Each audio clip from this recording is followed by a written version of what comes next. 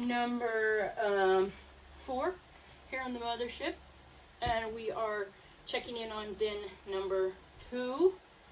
I have to repeat that. I'm gonna get really stickler to keep better notes. Heck, I had all these videos. I'm like, I don't even know which bin this is. I don't even know what tower I'm in. On the dates, I kind of now am getting, because I'm, so anyway, my skills are getting better, trust me. Even though I seem scatterbrained, my skills are getting better. And some of these things you'll be like, I hate hearing the same thing over and over again. I know, but I need to be able to keep really good records here so I can go back to which bin, which tower, what happened, and so that you guys can too. In playlists, in the worm room, I think I'm going to make a whole nother playlist under just the bin checks. We'll name it bin check, bin health checks. And then that way you don't have to sift through a bunch of health checks while you're looking for other videos, where I will in the future talk about the, microbial farming and anything to have to do with. Here is our bead system for health check. You can check out the video on the bead system. I'm just going to hold it up there because later I can, so these are leftover food stocks. So I do have a food stock bucket where I don't want to mix it all in necessarily. And maybe don't want to feed them again. So this looks like a bunch of coffee grinds here. These coffee grinds, I need to write to the company of the coffee makers. The coffee grind that I'm getting from the place in town, I absolutely love. And here's my thoughts on that. And maybe it's already an eco-friendly coffee maker, but it's much better than the method I use here at home, because my coffee grinds are always super wet when I run them through the filter. And the deal is, they come in like a hockey puck. And when they pile them all in the bag, because they save them for me, the hockey pucks stay separate. Okay, I'm going to equate this to, some of you may be able to visualize this, and some of you may not. The different stools of animals are in like different forms and different shapes. But, you know how like the goat, they have the little bean-like sizes? Okay, so those beans, since it's not one huge glob, obviously it's going to be a more aerobic environment that the bean there of the goat is being broken down. A cow's pile, like huge like that, oh my. So maybe some aerobic conditions going on there, except for if we keep our dung beetle population extremely healthy by not worming our animals, those dung beetles, they come right away.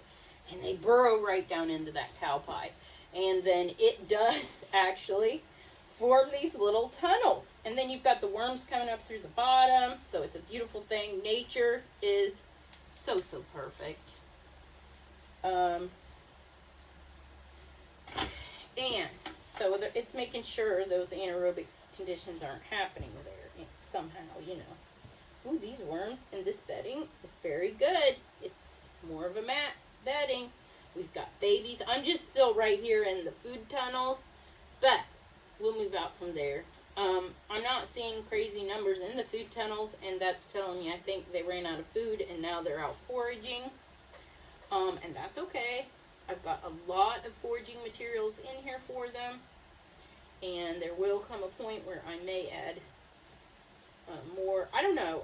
Once I start pre-composting, oh boy, are they going to be loaded up with stuff, because I don't want to add too much manure and cook them.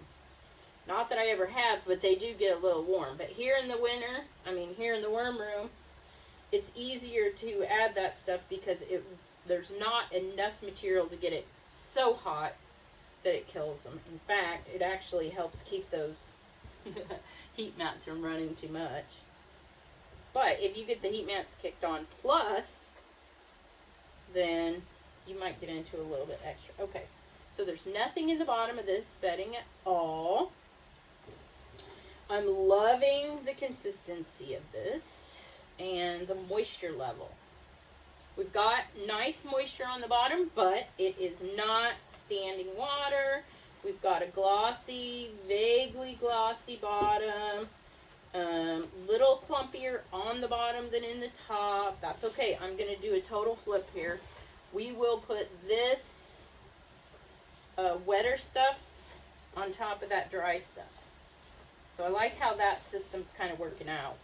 If I do that and then put the lid back on, we'll have a win-win, I think. And we'll just keep that moisture kind of teeter-tottering in there. Not back and forth, but up and down by doing these flips. Total flip. Okay. And there may be a time that you could just, without really turning this stuff, just put one bin, top the other, and do complete flip. With less disturbance. I haven't gone down the disturbance wormhole yet. Like, what's all the science behind whether you should turn or not turn? Now, because I come from the Soil Food Web school where they are all completely no-till because it destroys the fungal species in the soil, then I should be on the no-till bandwagon, but no turn. But I still haven't managed to get to those levels yet. I'll be there one of these days, you guys, I promise. Right now, we're just working with the moisture aspects in these things. I haven't even got to pH and, all that. I don't even know what else. Moisture. I'm getting the aerobic levels pretty good with particle sizes to increase porosity. But, so far yet to go. So far I've already come a long way. So I'm happy there. Nobody's going to be getting me down. I'm already out front here, just blazing me a path. Okay, so, it gives me the strength to keep doing it because I know it's for my dear sweet animals. My dear sweet sheep and my dear sweet donkeys. My dear sweet cows. I love them all. Even if they make me mad sometimes. We had, I tell you what, these cows are just, they're smart, Everybody said, well, cows are just stupid, cows are just stupid. No, they're not. No, they're not. We got Lulu. Lulu is our big, huge, she's our biggest cow. She's Black Angus. And I had wanted to separate the dairy cows from the beef cows because beef cows stay a lot warmer in the winter. They've got this huge fat layer to them. Dairy cows, they're a little thinner. They stay on the thinner side, even though you're feeding them the same things. I don't know, it's just their way they're bred. They produce more milk. They're supposed to put all their energy to that, I guess, instead of fat. And so I pulled out the 2 dairy cows, easy peasy. They came right through the gate. If you know an animal and they see a gate open, they're through it, okay? Unless you want them to be. But and these guys went through. And then what happened was the others, so they came through the gate and up over the other side of the hill, eating at the bale there with the sheep. The others seen them, and they wanted there too. But the 2 shorter cows, it's 51. He is our steer that will be used for protein. And then we have Butterscotch, who is a butterscotch color. And if anybody knows, is that Charlet? I don't know what breed she is, but she's that really kind of, you can almost see a tan color to her. So I think that's kind of a Charlet in her. Anyway, she's short. Now, I had a farmer call me, said the cow's going to die, come and get it. So I ended up going. I had to, oh my gosh, I had to tube feed that calf, I think, for a week. But got her going. I gave her kefir. She did end up getting I gave her colostrum, but I think she was past that mark when she should have had it. They didn't know if she'd had it or not, that the cow was, I think, down or dead when they found it. It might have been a couple days before they either realized she was gone or something. And I had to give her an antibiotic, and so I feel like she didn't grow as tall as she should have. So she's real short, and 51 is real short. He came from Cell Barn. He actually looked like a dwarf calf when I got him. So he's real short. But I needed him to nurse my milk cow because I needed a break from milking. So Lulu and Butterscotch and 51 are standing at this corner of this fence, and they decide they want with these other cows. But the two, Butterscotch and 51 are just mooing. They are not getting any bright ideas. They're looking over the top of the fence, but it's beyond their nose level, I think. So they were like, yeah, no, we're not going to try that. All of a sudden, Lulu decides she's just going to, I thought she was just going to head back up to where their round bell was out in the woods. And I thought, well, that's a good plan, Lulu. Good plan. And the next thing I know, Lulu starts heading out across this pasture that belongs to the neighbor. I thought, oh my God, no. So, what in the heck happened? She knew the fence was a little low there. A tree had fallen on it and it bent the fence post over. She went just like nobody's business. Left the other two cows, which cows usually don't do. They don't go out on their own. They want to stay in that herd, and that's why they wanted the other two to be back with them. And she left. She left the herd, took off up this hillside, made it halfway, and then out she heads towards where the other two are, which means she jumped the fence and went over there. And I thought, son of a gun. And you know, it instantly dawned on me, that cow knew exactly where that low spot was in that fence. I kid you not. So we ended up, I thought, oh my gosh, well, luckily there was a fence all the way around that. So we brought those two dairy cows back down so she would try to follow with them. And she did. She found it back to the corner, but the corner was too tall, so she decided she was not going to go up that way.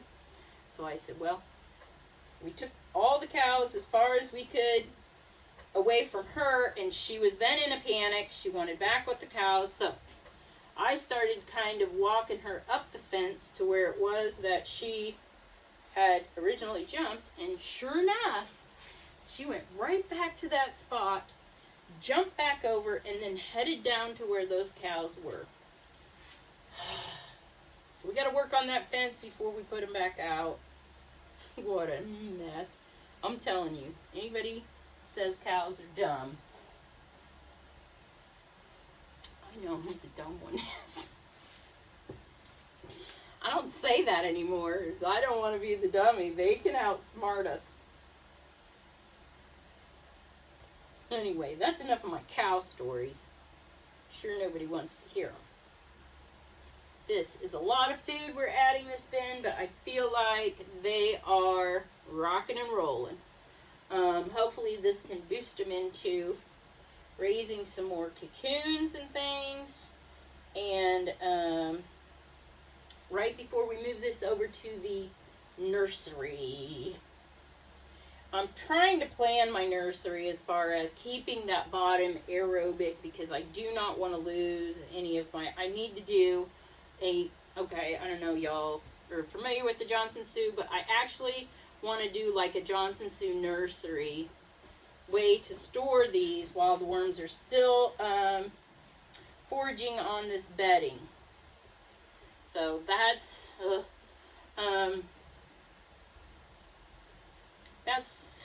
I don't know whether I should just do with the chicken wire like they do. I probably should or could or can. I can. Or do I need to force air through it with the PEX tubing or something like that? I mean, okay, now we need to put our frame in here, right? We're putting our frame in. But we were going to put a little bit of leaves over the top of this bin because we are going to try to put these lids back on. Oh boy, this frame got really bad. There's actually mold over the top of the pollen. So that's okay. They're going to eat that right up. You won't even know that mold was in there. Actually, the bees usually do it too, but sometimes I have seen where if I add a frame that's really bad, you only want to add like one frame per hive if it's really bad, so you don't overwhelm the hive, because I have seen when I have added some bad ones and it will kill some bees. So I have seen it myself with my own 2 eyes. So but they do clean it up nicely. But if you do too much of that, you know, you're gonna maybe cause a problem in your colony. So here we go. I like this. I think it's gonna keep them up here foraging more. Hopefully they'll check out those little pieces of, I think these will come right out of there. You know, if I pick it up, I will try on the next frame. I will try. I'm trying to just break it up really good before I put it on there. I really feel I'm going to put, I might do it to that other one too. I really don't want a bunch of moisture getting in or on the top of that one, that frame. So that's why I will really put a lot of those dry leaves. I don't think we'll get enough moisture there that will cause that frame to mold. Now, if we do that, I forgot to spray my backup bin, and there's a little bit of food stock there that I can feed them. The next bin, I suppose. But I took the time to find those wisps when I seen them, so I don't think they're gonna desiccate. That's the word of the week, isn't it? Desiccate. Okay, I'll come up with a word of the week. And we'll talk about it just so everybody learns a little bit of soil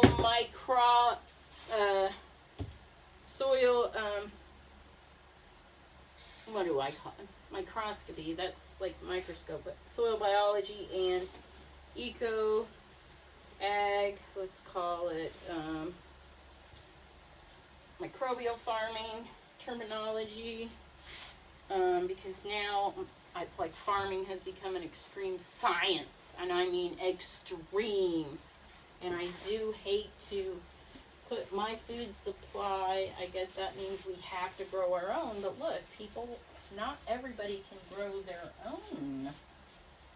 I mean, I gotta be honest and admit to that. Okay, so we got this. It's a little bit heavy yet. This is Tower 4. Bin number 2. Fed and turned. Okay, hope you guys learned something, anything, a little bit in this video. And we will go to the, well, let's rank this bin first.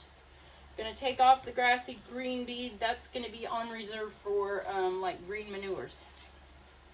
We're gonna call that avocado green. Okay, that's whether you fed them or whether you did not. There are no fire risks, hazards in here, I feel, so I'm gonna remove that. Population is showing low, but I'm gonna say that's gotta go to a gray medium bead from a white bead. Cocoons, let's go ahead and put them on a medium. This bin is really growing nicely. I have this castings as dark. I did notice that I had quite a few castings, but since things aren't really well dried out, that evaluation is very hard for me to do right now, but I'm working on it. It's something that if somebody else is better, they can do it better. Then yes, but that's why I'm getting myself in the rhythm of doing it. So thanks for stopping by. Thanks for making it at least to bin number 2 with that crazy cattle story. And we'll move on to bin number 3.